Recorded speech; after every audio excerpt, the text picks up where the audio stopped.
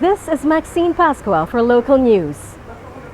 It has been 1 week since Typhoon Bruno left the Philippine area of responsibility. While far from being the strongest typhoon in the country's history, Bruno broke all Metro Manila and Philippine records in terms of rainfall. How much rainwater did Bruno bring to Metro Manila's population of 12 million and to many other provinces of this 100 million person country? On average, the entire month of August, the rainiest among the year's 12 months, experiences about 474 millimeters of rainfall. That's about 21 millimeters a day over 22 days. From August 6 to 7, 2012, Habagat brought 687 millimeters of rainfall over a 2-day period. That's about 344 millimeters per day. Even wetter was Typhoon Ondoy, which, on September 26, 2009, dumped 455 millimeters on the metropolis in 24 hours. Last week's Typhoon Bruno surpassed Habagat and Ondoy by dumping 1,800 millimeters of rainwater in just one day. Since mankind began measuring rainfall, Bruno has only been exceeded once.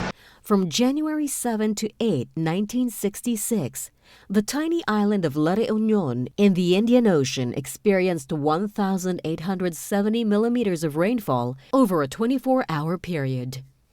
Normally, a weather event such as Typhoon Bruno would result in nationwide devastation and a declaration of a state of calamity. Along with such a declaration would be pleas for and offers of aid from the international donor community. My crew and I were prepared to cover evacuation centers full of people trying to stay dry, account for missing loved ones, and receive donations of basic goods such as blankets, milk, and instant noodles. Given the Philippines' location in the Pacific Ring of Fire, which makes it prone to typhoons and earthquakes, as well as the state of its infrastructure, which is still in the process of being upgraded and rehabilitated, we expected to cover the unfortunate but not unusual losses of a worse-than-usual typhoon season.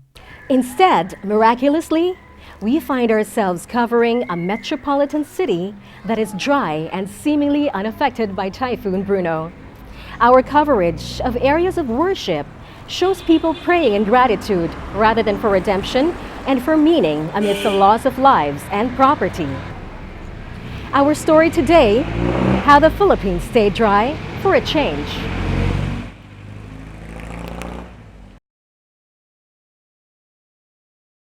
Before we investigate how the Philippines stayed dry throughout Typhoon Bruno, we must first ask the question, why does the Philippines always get wet? With us today is Joseph Severino, Head of Risk Engineering Group of Standard Insurance. Joey, could you please describe to us why flooding seems more and more common these days? Firstly, the Philippines is a very disaster-prone country relative to its neighbors. There are three kinds of major disasters. You have geophysical disasters, which are seismic events such as earthquakes and volcanic eruptions. Then you also have hydrological disasters, which are flooding events where water inundates areas that are normally dry. And also, you have meteorological disasters, which are extreme weather events which compose of rain, wind, extreme heat, or extreme cold. Due to its location in the Pacific Ring of Fire, the Philippines is exposed to more of these disasters than most countries. Secondly, the Philippines is affected by climate change. As carbon dioxide concentrations increase, global temperatures also increase due to the global greenhouse effect. The Philippines is already experiencing stronger and more unpredictable typhoons and rains. It is also experiencing rising sea levels. Until global warming can be addressed, the Philippines will experience more frequent weather disturbances. Now, thirdly, the Philippines' metropolitan areas have become increasingly flood-prone. Metro Manila, for example, is overbuilt with man-made structures. It has insufficient drainage and green areas that channel and absorb rainwater. Furthermore, Metro Manila is sinking because of groundwater extraction by deep wells. Metro Manila subsiding at a rate of 2 to 6 centimeters a year, and that is 0.06 to 1.8 meters in a third year period. Thank you, Mr. Severino, for giving us that brief discussion on the current situation of the Philippine geographical hazard, climate, and weather.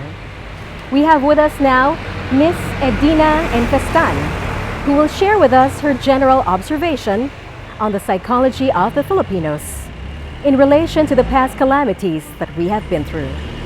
Miss Edina? Over the past few years, we have observed subtle but steady changes in the psychology of the typical Filipino. More and more, Filipinos are understanding and embracing the concept of causality. Upang mas maunawaan ng nakararami, ang causality ay nangangahulugan na ang bawat bagay, kaganapan o pangyayari ay may kadahilanan o pinagmumulan. Before, many of us would undergo unpleasant experience and merely try to survive it. Once we are able to survive and forget major problems, it is only a matter of time before problems recur and the cycle perpetuates. Sa kasalukuyan, ang mga Pilipino ay mas proactive sa kanilang pag-iisip at paggalaw. People preempt problems in advance and proactively seek to capitalize on opportunities. This phenomenon is seen not just in the country's government and business leaders, but in all levels of society, including the middle income, the masses, students, and even religious groups. Could you give us an idea of how much has changed? I would say that today, most of the Filipinos try to solve their problems scientifically. 10 years ago, I would say only a few understood cause and effect. Isa pang magandang bagay ay ang patuloy na pagpapahalaga ng lipunan sa panalangin at pananalig sa Diyos. Datapwat, may mga pagbabago na sa paraan ng ating panalangin at sa mga bagay na ating ipinagdarasal. Dati pag bumabaha, iniisip ko, bahala na. Pero sa daming beses na nawalan kami ng tirahan o gamit, napaisip kami ni Mrs. ko kung bakit gano'n na lang palagi. So, nag-isip kami ng paraan para hindi na mawalan. Naku, sa daming beses na tayong binaha, kung iiyak-iyak ka pa, kung nawalan ka, wala nang maaawa sa'yo. Maliban lang kung matanda ka na at wala ka ng katuwang sa buhay.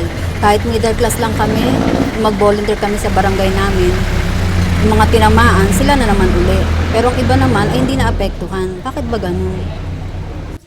Sa simbahan naman, pagkatapos ng Bagyong Bruno, napansin ko, marami sa dasal ay para sa pagpasalamat at para sa kaligtasan ng iba. Parang may nagbago sa kanila. Dito kasi merong matataas na lugar na ang tao nakakapunta para sa mataas at para maiwasan nila yung naandun sa mabababang lugar, maiwas na baka madala ng mga baha, katulad na yun sa mga tao. Meron ang pinaka-evacuate nila na pinupuntahan, yung matataas namin lugar dito. At kung talagang hindi makakayanin, sinasabi ko na magpunta na rito sa barangay at dito na magsama-sama. At ito namang barangay hall ay mataas na lugar to. At kung kakapusin, meron pa kaming school dyan na pwedeng puntahan ng tao. Alam mo ba, nung Typhoon Bruno, ang aming car park, punong-puno yun. Tama din na di na pinilit ng mga customers na umuwi sa kanila. Total, ginawa naman naming flat rate ang parking. So, okay na din kaysa masiraan o tumirik ang mga sasakyan sa daan. Yung iba nga, may dala pang snack sa kotse. With a change in the thinking among Filipinos, we took a survey and found the following to be the top 10 measures taken to avoid flood losses during Typhoon Bruno. Here are the top 10 recommendations to help you avoid damage during flood and rain. 1. News is always available whether through the internet, TV, or radio. Monitor the weather forecast for chance of isolated thunderstorms, low-pressure areas, typhoons, and rainfall forecasts. Doing so will give you the lead time that you need in preparing your course of action. 2. Protect your vehicle. Familiarize yourself with the routes that you often take so that you would be able to anticipate flooding in those areas. Once you see that there's heavy downpour, don't risk ruining your vehicle and just stay put and do not brave the storm and heavy rain. If you're already out driving in heavy rain and suddenly you get stuck in floodwater, immediately stop and remove the battery terminals. This will prevent an electric shock which could damage the expensive electronic parts of your car. Stay dry. Most vehicles nowadays are designed to have their integrated circuitry and modules located under the carpet and alongside the front, interior, and engine bay. Try your best to keep these areas dry and free from inundation. It will make all the difference. Immediately park your vehicle to higher grounds if you hear that a storm or heavy rain is coming. Mall and offices are always a good venue. It's better to pay for a parking ticket than to purchase a new car. Don't be lazy and pack emergency essentials. Prepare an emergency bag and keep it in the back seat of the vehicle so you would easily be able to reach it. Always keep a toolbox. Bring the basics, number 10 and number 12 open wrench to be able to remove battery terminals, a series cable in case you need to jumpstart your car, pliers and long nose to tighten or loosen screws. These tools will help you a lot during emergencies. Get a floody car bag for your car. It will help protect and save it from nasty flood water. Floody car bag works like a zipper bag for your car to protect it from the flood.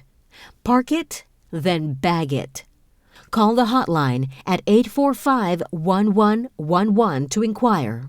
Save all important hotline numbers and download mobile apps for you to get quick updates. Being informed will save you from a lot of troubles. SLEX 584-4389. NLEX 580-8910. MMDA 136-882-0925 for flood control. Your favorite radio station. Barangay Captains or Tanod. Rescue, tow truck, or roadside assistance. If you are living in flood-prone areas and you know that there's a need to evacuate, do it immediately. Do not wait until it's too late for you, or you might just regret it. Buy yourself some time and keep yourself and your family safe. Follow these kind reminders to keep you more at ease when you vacate. It is advisable to hang flat-screen televisions on the wall and mount home theater sets above or beside it. If you have experienced flooding inside the house, place it 1 to 2 feet higher from the highest point where the flood waters have reached. If you have the budget, get your house renovated and adjust the floor level higher.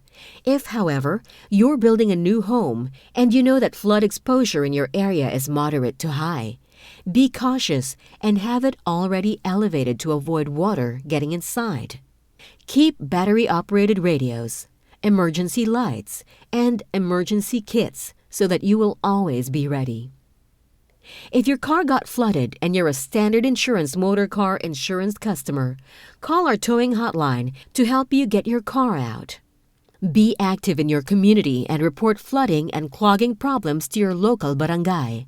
Ask your barangay captain to convene community meetings and discuss precautions in the event of a typhoon. While your material possessions are important, you and your family are even more so. Do not risk your lives in attempting to save your properties. Stay calm and be alert. Panicking never helped anyone, and it may even cost you your life. Think clearly in times of emergency so as not to cause more problems. Get out of the distressed situation safely. While it's good that you are prepared now, you also need to think ahead and get yourself insured. It's always better to be sure and safe. Get the right coverage against catastrophes with Standard Insurance. Call 845-1111. Weather changes, typhoons, and floods should not take us by surprise anymore. You need to be wiser in your decisions and keener in taking precautionary measures. You may have been a victim before, so do not let it happen again. Learn from your experiences. Give yourself peace of mind. Be proactive and always remember to be safe. Stay away from emergencies.